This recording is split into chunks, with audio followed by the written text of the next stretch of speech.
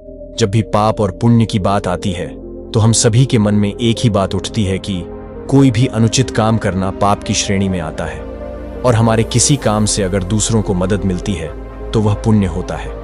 विद्वानों का मानना है कि पाप और पुण्य की कोई निश्चित सर्वमान्य परिभाषा नहीं है, लेकिन जो लोग इनमें विश्वास रखते हैं और मानते हैं कि परिस्थितियां पाप को पुण्य में और पुण्य को पाप में बदल देती है, उनको यह बारीकी से समझना जरूरी है। आज की इस बौद्ध कहानी के माध्यम से हम ये जानेंगे कि पाप और पुण्य क्या होता है, और कहानी के अंत में हम ये भी जानेंगे कि इंसान अपनी दैनिक जीवन में कितने पाप और पुण्य का कर्म करता है। एक दिन महात्मा बुद्ध एक गांव में उपदेश दे रहे थे।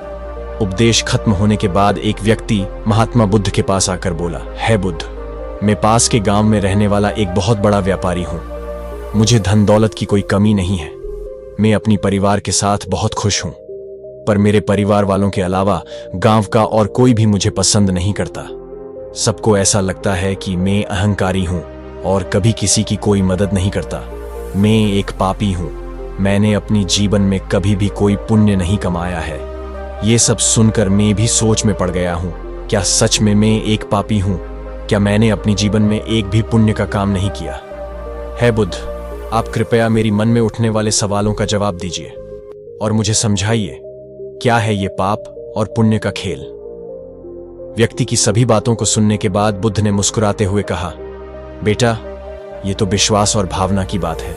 फिर भी मैं तुम्हें एक कहानी सुनाता हूं। इसे तुम ध्यानपूर्वक अंत तक सुनना। कहानी के अंत में तुम्हें पता चल जाएगा कि पाप और पुण्य क्या है। कहानी बताते हुए बुद्ध ने कहा, एक गांव की सीमा में एक बहुत बड़ा पीपल का पेड़ था। उसी पेड़ के पास बनी झोपड़ी में एक विद्वान ब्राह्मण रहता था। वो हमेशा आस पड़ोस के लोगों को उपदेश देता था और उनकी समस्याएं दूर करने का उपाय बताता था। उसी झोपड़ी के बगल में ही एक वेश्या भी रहती थी। रोज सुबह उठकर दोनों अपनी अपनी कार्य में लग जाते थे। अर्थात ब्राह्मण लोगों को अच्छी शिक्षा और ज्ञान का उपदेश देता था और वेश्या अपने धंधे में लिप्त रहती थी। लेकिन वेश्या रोजाना सुबह के समय जब नाह धोकर धंधे पर बैठती थी तो उससे पहले थोड़ी देर वो भगवान की मूर्ति के सामने बैठकर अपने अपराधों की क्षमा मांगती थी, फिर अपने धंधे में लिप्त हो जाती।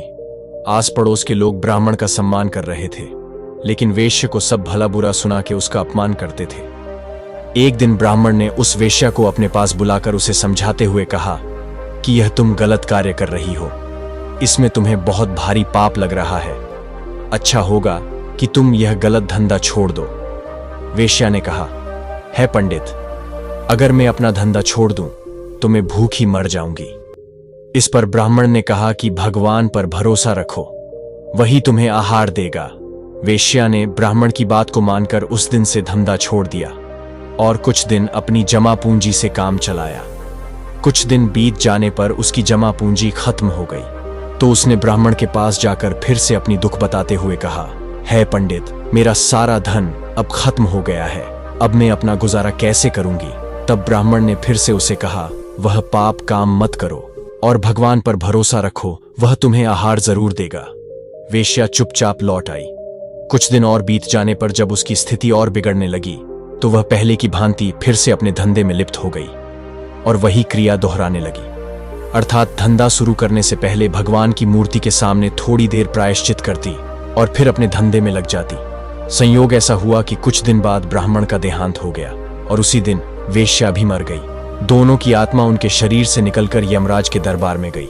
धर्मराज ने वेश्या और ब्राह्मण दोनों के पाप और पुण्य का लेखा जोखा किया। उसके बाद वेश्या को स्वर्ग और ब्राह्मण को नरक में डालने का आदेश दिया।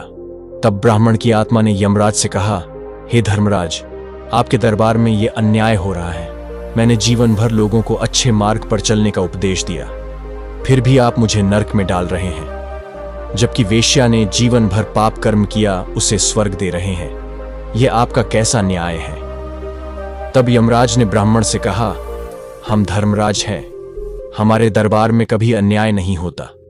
पृथ्वीलोक में अभी तुम्हारे शरीर को लोग गाजे बाजे के साथ दफनाने ले जा रहे हैं और तुम्हारा मजार बनाकर पूजा भी किया करेंगे, क्योंकि तुम हमेशा अपनी शरीर अर्थात अपनी मुख से प्रवचन और उपदेश देकर लोगों को मार्गदर्शन दिया करते थे। इसलिए तुम्हारी शरीर की सदगति हो रही है, परंतु तुम्हारे मन में परमात्मा के प्रति वास्तविक प्रेम नहीं था।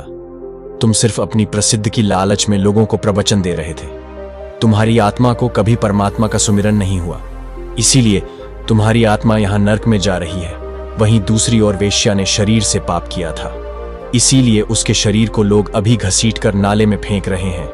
लेकिन वह धंधे पर बैठने से पहले थोड़ी देर ही सही, पर सच्चे मन से भगवान की मूर्ति के सामने बैठकर अपने पापों का प्रायश्चित करती थी, इसलिए उसकी आत्मा को स्वर्ग प्राप्त हो रहा है। प्रायश्चित करने से सारे पाप नष्ट हो जाते हैं, यह बात तुम भी भली भांति जानते हो, परंतु तुम में तो प्रसिद्धि पाने का लालच था, अतः जिसने जैसा किया उसे वैसा मिला।